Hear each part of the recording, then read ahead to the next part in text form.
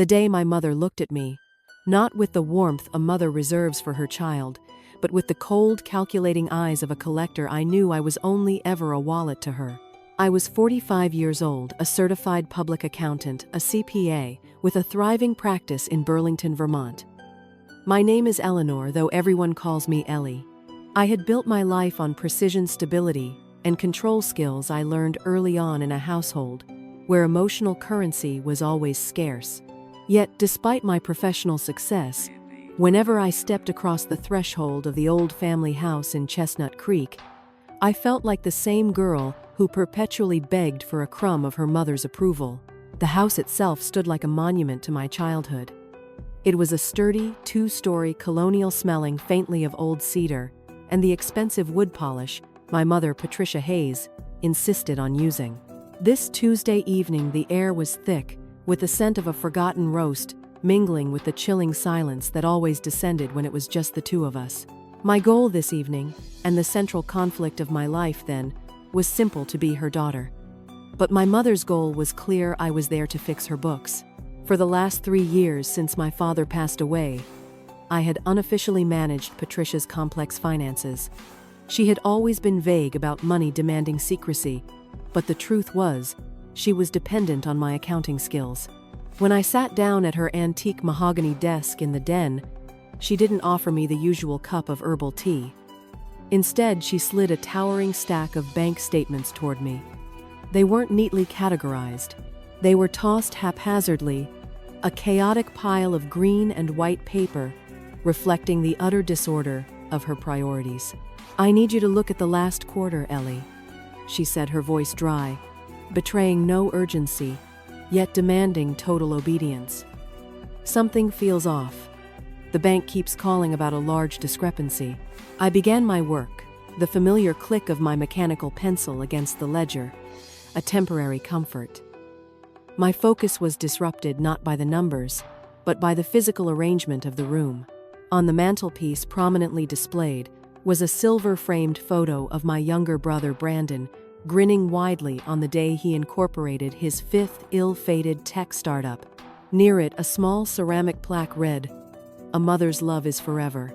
I couldn't help but notice that there was no picture of me. I had long learned to ignore the subtle slights, but today, they felt heavy. As I worked through the transactions, the patterns of my mother's financial control and emotional manipulation began to reveal themselves, as they always did. There were constant demands for large, untraceable sums labeled emergency home repairs or urgent tax payments, always requested late at night when my professional barriers were down. I would always send the money, convinced I was helping her maintain her independence. Around 8 o'clock, my phone buzzed. It was David, my partner, checking in. "Just finished a long day with Mom," I typed back, tackling the Everest of receipts. "Did she at least offer you dinner? Or maybe a chair that doesn't feel like it's judging your posture," he joked. I managed a faint smile. He understood. David was my anchor, the one person who saw past the CPA facade to the daughter desperate for validation. As I closed the ledger for the night, Patricia came back into the den. The contrast between my life and Brandon's hit me hard that night.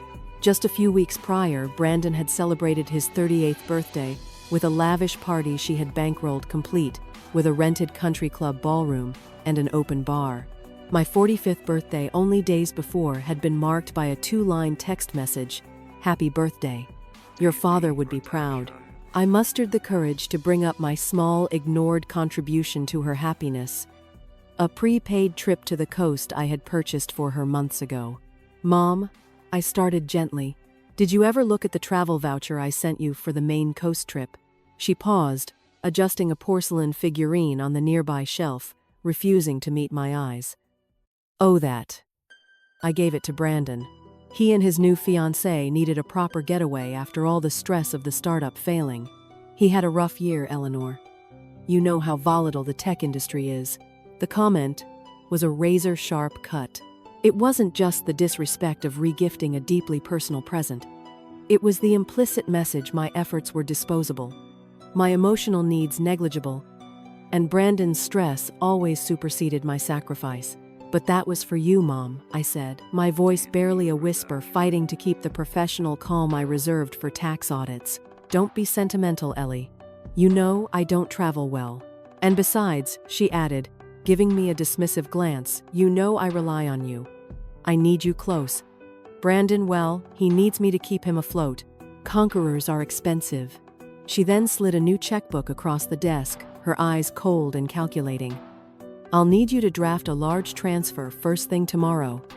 There's a crucial property tax payment due, and the figures are a little short. I need you to cover the difference. It was another demand masquerading as a necessity, always following a massive emotional slight. She expected me to pay the price of her disdain with cash. That night, as I drove away from the familiar polished colonial house in Chestnut Creek, the silence in my car was deafening. I felt a cold knot of humiliation tighten in my stomach. The anger was there, a deep, slow burn, but it was currently overshadowed by the familiar searing pain of being rejected. I had driven 30 miles out of my way to be her accountant, and she hadn't even offered me a glass of water, let alone a simple thank you.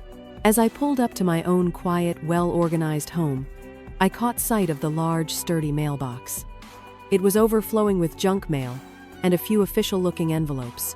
I remembered Patricia's mailbox was similarly crammed. I made a mental note to ask her about it. That night, Thang looked at me with a worry I couldn't understand. And you look at your mother with love, but she looks at you like a receipt. Promise me you'll check where that roof repair money is really going. The faint, chilling memory of my mother's words. You look at you with love, but she looks at you like a receipt felt like a physical wound. David's observation, delivered so softly in the dark of his small apartment, had peeled back the carefully constructed layer of filial devotion I wore. That night, sleep was impossible. The numbers from Patricia's chaotic ledger danced behind my eyelids, mocking my professional precision.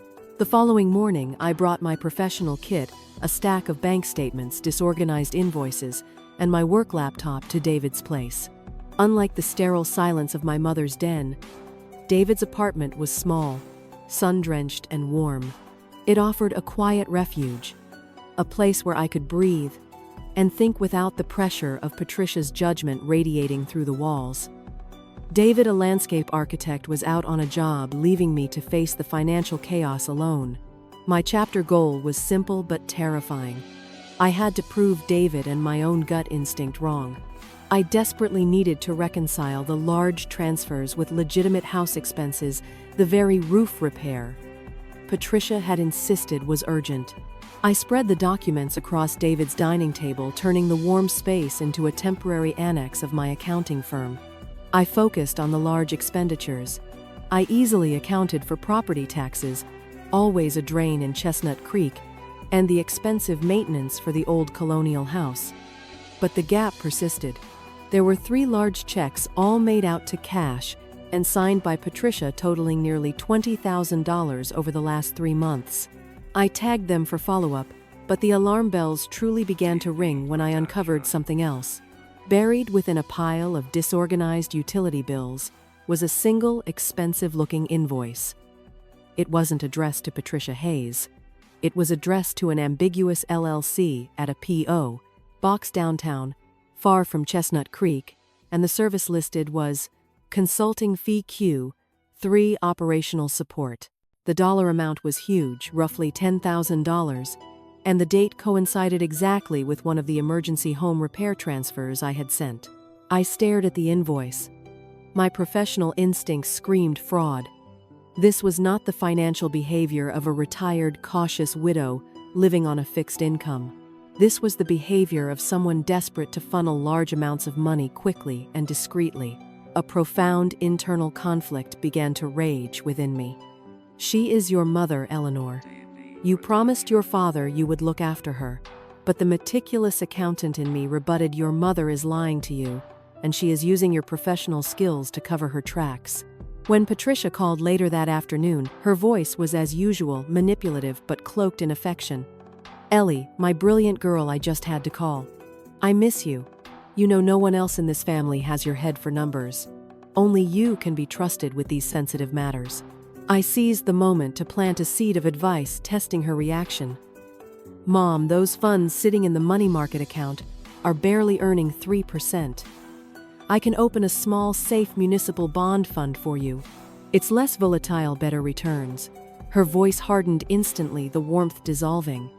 No, you absolutely will not touch those funds. You don't understand, Eleanor. I know what I'm doing. Don't interfere. Just make sure the quarterly report is ready for me to sign off on next week. This is an excellent opportunity for you to practice discreet client management. She hung up before I could respond, leaving me with the familiar, bitter taste of rejection and control. I looked at the invoice again, the vague LLC, the huge consulting fee. A sudden cold clarity washed over me, displacing the lingering emotional pain. My mother wasn't just being secretive. She was actively hostile to any suggestion of transparency or sound financial practice. David returned from work around dusk. He found me hunched over the dining table, surrounded by paper, my face pale. I pushed the strange invoice toward him. "This is $10,000, David," I whispered. "It's not for the house. It's not for her." And she shut me down completely when I suggested safer investments. She wants those funds liquid, and she wants them hidden. David sat beside me, his presence, a steady anchor in my rising emotional storm. He didn't offer empty comforts or platitudes. He focused on the facts. He looked at the date, the amount, and the vague service description. "Ellie," he said softly, putting his hand over mine, "you are a CPA. You know better than anyone that money doesn't lie. Patricia has always loved one thing more than you, and that's Brandon." The words were not an accusation, but a simple statement of fact, echoing the sentiment I had tried to bury since childhood. The truth was that my younger brother, Brandon, with his string of flashy failed startups, had always been the golden child, the conqueror, my mother cherished, no matter how much financial wreckage he left behind. Maybe, David continued gently, she's using that money to help someone. Someone she loves more than she loves your stability. His gentle suggestion ignited a fierce protective instinct in me, not for my mother, but for the truth. I grabbed my laptop, my fingers flying over the keys. I ran the address on the mysterious invoice against the Secretary of State's business registry. The results confirmed my darkest suspicion: the LLC was tied to a holding company recently established to bail out a failed tech venture. The failed tech venture was Brandon's fourth startup. I typed the strange address from the receipt into Google Maps. The result wasn't a construction company or a roofing supply store. It was the address of a high-end investment firm right next to the office building where my brother Brandon claimed to be struggling with his startup. The next day, the air in Chestnut Creek felt heavier, colder. I drove back to the colonial house, not as the dutiful daughter or the meticulous accountant, but as an unwilling investigator heading toward an inevitable, painful deposition. My heart hammered against my ribs, a frantic rhythm that echoed the confrontation I knew was coming. I had the facts, the addresses, and the dates, the irrefutable evidence of the financial deceit, but facts rarely win against deeply rooted emotional manipulation. When I arrived, Patricia was seated in the living room, meticulously polishing a silver-framed photo of Brandon, of course. She greeted me with a patronizing smile, ready to hand over the next stack of papers. "You're late, Ellie," she remarked, not looking up. "I need you to rush this quarterly report. Brandon needs some documentation quickly for the bank. You know how these things are." The casual mention of Brandon, always the needy catalyst, ignited the slow-burning anger I had contained since childhood. I didn't sit down. I walked straight to her mahogany desk in the den. My eyes immediately fell upon a large sealed manila envelope tucked discreetly under a ceramic lamp. It was labeled in elegant script, "Last Will and Testament, Third Revision." The sight of it sent a cold spike of dread through me. The old family home, the one I had helped financially sustain, was a tangible symbol of my sacrifice. And there it was, the quiet confirmation that my status as an heir was at best precarious. I turned and faced my mother, the evidence of the invoice and the traced transactions held tight in my trembling hands. This was it. No more hiding behind ledgers. "Mom," I started, my voice clear and startlingly steady despite the hurricane in my chest. "We need to talk about the roof repair funds." Patricia's posture stiffened. She placed the silver frame down with deliberate care. Don't be ridiculous, Eleanor. The roof needs work. It's an old house. The roof may need work, but $10,000 didn't go to any contractor in Vermont. I countered, laying the damning invoice on the coffee table. It went to a high-end investment firm downtown, a firm with known ties to venture capital debt restructuring. It went to a holding company established to bail out one of Brandon's failed ventures. The silence that followed was deafening, heavier than any I had ever experienced in that house. Patricia didn't immediately deny it. Instead, she rose slowly, her expression transforming from maternal authority to an intimidating, cold-eyed collector. So she said, her voice dropping to a low, dangerous register. You went digging. I went accounting, Mom. I was reconciling the books you asked me to fix. My job is to protect your assets, and I found that you funneled nearly $40,000 of your principal into Brandon's sinking ship over the last 6 months' money I helped you earn and save. My voice was rising, carrying the weight of 45 years of disappointment. Why lie about it? Why say it was a roof? Why use my trust like this? She walked closer, her gaze fixed on me, dismissing my emotional turmoil entirely. She didn't offer an excuse of love or panic. She offered a rationalization that was far more cruel. Because it's necessary, Eleanor. Brandon is the family name. Brandon is the one who will carry on the lineage. You are the smart one. You are the resilient one. You can always make more money. She waved her hand dismissively toward the financial documents scattered on the table. You don't understand the pressures on a man, Ellie. You only understand spreadsheets. Her eyes narrowed to cold slits. Yes, I transferred the money. Yes, it was for him, and I would do it again. Every single dime you have helped me manage is there to protect the real legacy of this family. The verbal cruelty struck me like a physical blow, silencing the rage and replacing it with a shocking, icy clarity. It wasn't just favoritism, it was larm-doring long tote, abuse of goodness, on a transactional level. The truth was laid bare. My loyalty, my CPA license, my sacrifices, they had all been categorized as disposable assets dedicated to Brandon's rescue fund. I am your daughter, Mom. I whispered, the final plea of the child inside me. I spent my life trying to prove my value to you. Patricia laughed, a short, bitter sound devoid of warmth. Value. Your value is your stability, Eleanor. You are the dependable support system. You are the safety net. Brandon is the dream. And the safety net exists to catch the dream. Nothing more. You are just a walking ledger to me. The words obliterated the last vestiges of my hope and my capacity for pain. The shame I had carried since childhood, the feeling of never being good enough, vanished, replaced by a fierce protective anger for the woman I had just become. I reached for my coat, my hands shaking not from cold but from rage. I heard the most painful words a child could hear. I'm making a new will tomorrow. You will no longer be listed as an heir. Now get out of my house, Ellie. You are not welcome here anymore. I stood there realizing I had just been thrown out of the house I spent 45 years sacrificing for. The shame was gone, replaced by a cold, burning clarity. I drove away from Chestnut Creek that night, not with the panicked speed of someone fleeing danger, but with the cold, deliberate slowness of someone observing a car crash in the rearview mirror. The silence in my car was no longer the heavy silence of disappointment. It was the vast, echoing silence left behind when a 45-year-long illusion finally shatters. When I reached David's apartment, I was numb. He didn't ask questions. He simply brought me a worn fleece blanket, the kind that smelled faintly of pine, and the comfort of his garden, and a mug of hot cider. His small living room, usually so full of vibrant colors, and the warmth of his thriving greenhouse, felt like a safe harbor. I sank onto the sofa, still wearing the old navy blue hooded jacket I'd pulled on instinctively when Patricia threw me out. It was the coat I'd worn during my college years, a gift from my father before he passed.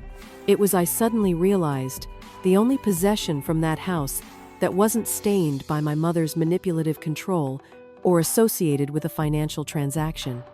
I hadn't even gone back for my professional briefcase. I had left everything behind, carrying only my car keys and the terrible truth. The next morning, the exhaustion gave way to a cold, burning sense of resolve.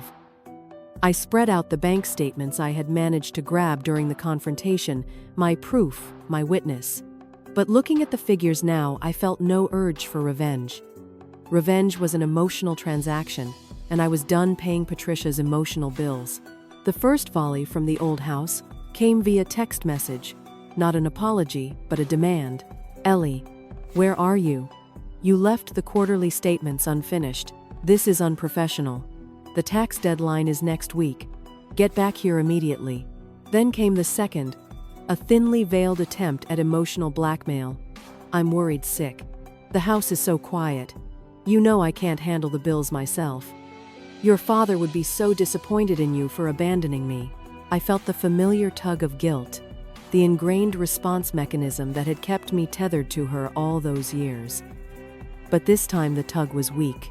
I looked at the texts, then at the ledger, confirming the fraudulent transfers, and understood that my mother's worry was solely a worry about her solvency. She was not asking for her daughter, she was demanding her accountant back. I slowly blocked her number, then blocked her email address. It was the first act of defiance, the clean, decisive break I'd never had the courage to make. David walked in from getting coffee, saw the phone in my hand, and simply nodded.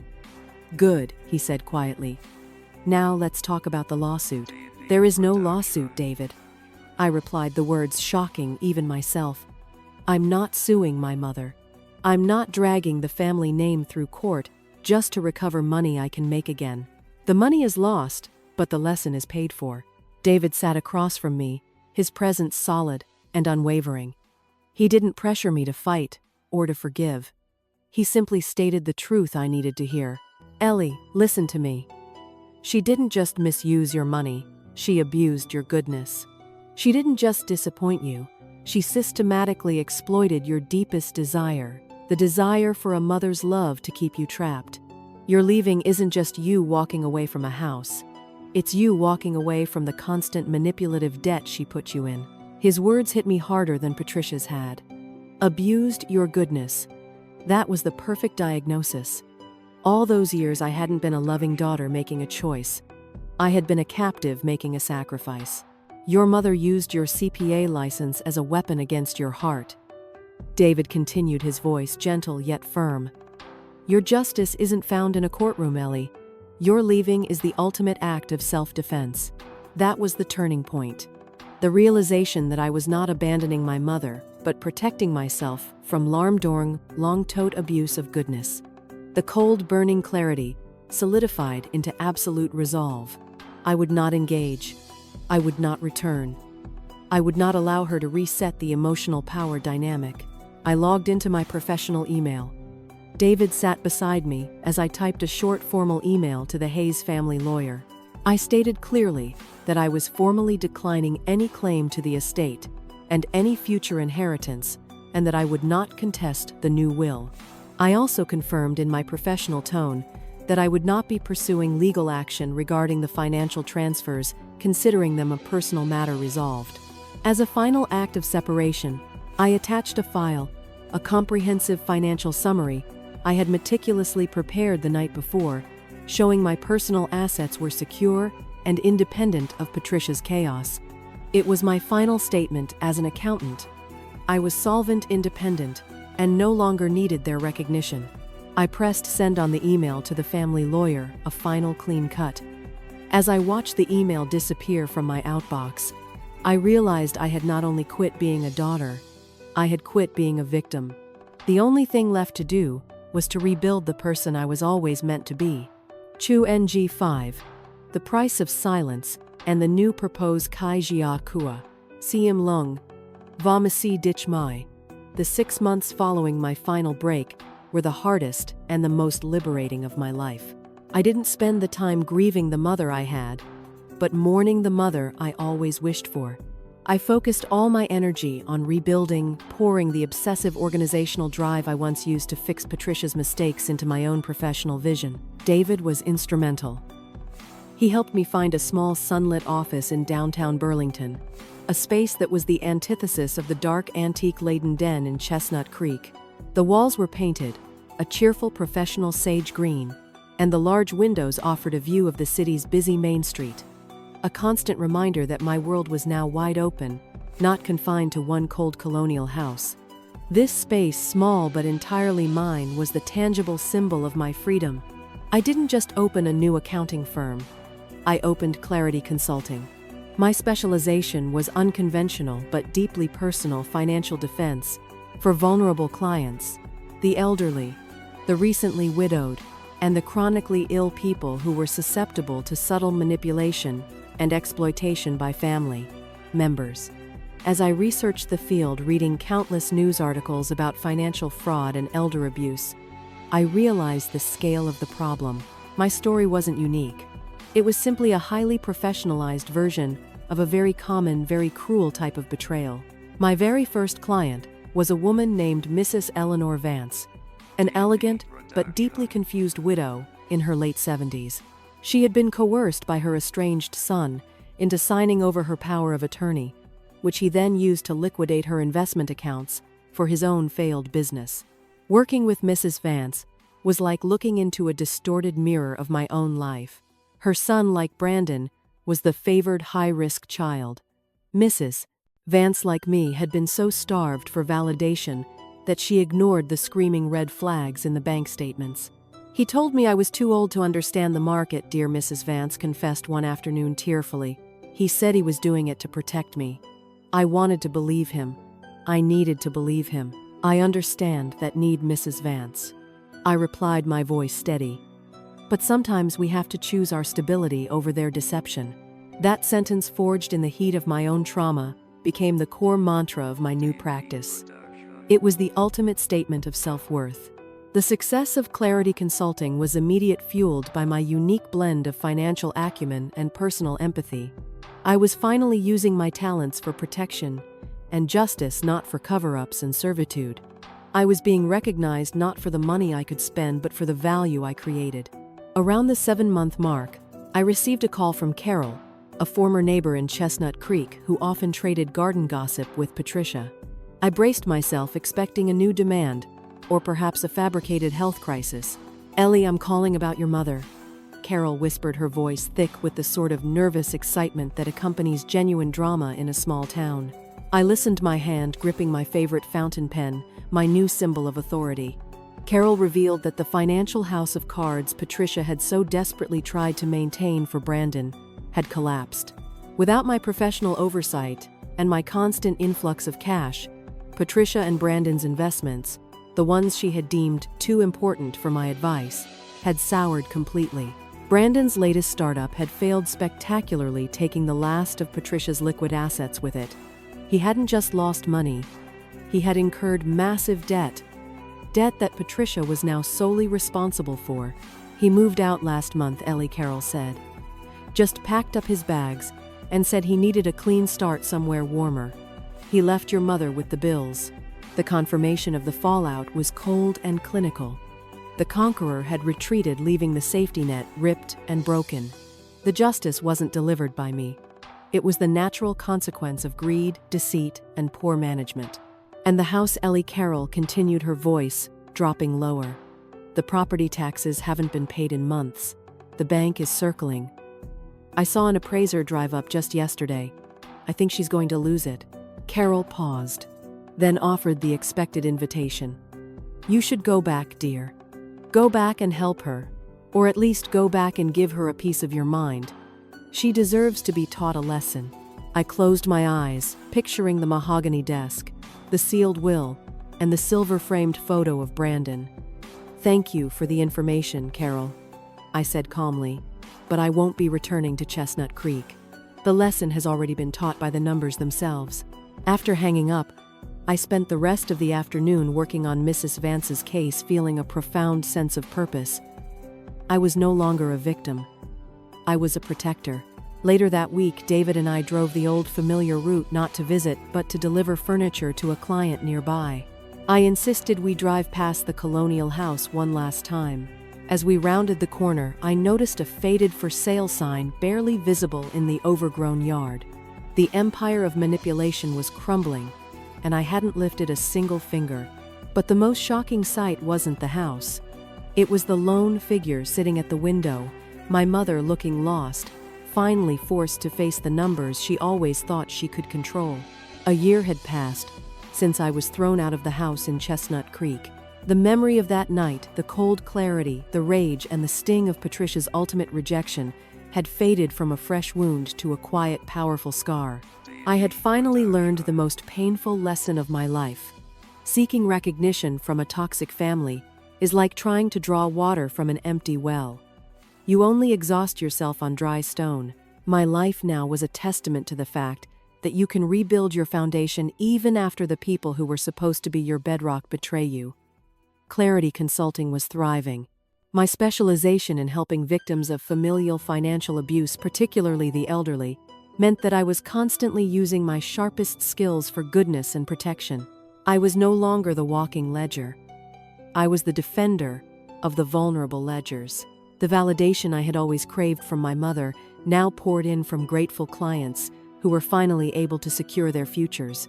On a quiet, snowy Friday evening, David and I were baking cookies in our small, warm kitchen. The scent of cinnamon and nutmeg filled the air, simple, true comforts, far removed from the cold formality of Patricia's expensive dinners. David was my constant anchor, a symbol of unconditional love that required no financial compensation or emotional performance. He saw Eleanor the woman, not Ellie the CPA or the failed daughter. "You look peaceful," David observed, watching me gently roll the dough. "I am," I admitted. "For the first time in my life, I don't feel like I'm waiting for a verdict." The peace of that evening was interrupted, not by a shout or a dramatic confrontation, but by a quiet, subtle reminder of the past. A certified letter arrived in the mail, small official bearing the Chestnut Creek postmark. My hands, usually so steady with columns of numbers, trembled as I opened it. It wasn't from a lawyer. It was written on a small, expensive notepad signed simply Patricia Hayes. The note was short, cold, and utterly devoid of apology or regret. It was simply an admission of necessity. "Ellie, the house is being sold next month. I can no longer manage the creditors or the complex filings. Brandon has moved to Florida and is non-responsive. The figures are chaotic. I need you to come back and fix this. I need your expertise. I need you to ensure I get the maximum possible return. I'll pay your firm's standard rate. Patricia." I read the words once, then a second time. It was the moment I had anticipated for months, the moment the tower of my mother's pride collapsed and she was forced to reach out. But she wasn't reaching out for her daughter. She was reaching out for her former employee. She was admitting in her cold, transactional way that she needed my skills, not my presence. She still saw me as a resource, not a miracle. David watched me silently. He knew this was the final test. I walked to the kitchen trash can holding the note. I didn't need to yell. I didn't need to call her back and recite the list of betrayals. Her life had already provided the perfect consequence.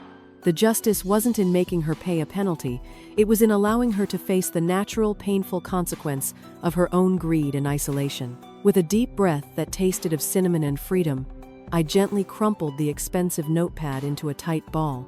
I dropped it into the trash, a definitive final act of self-redemption. "What did she want?"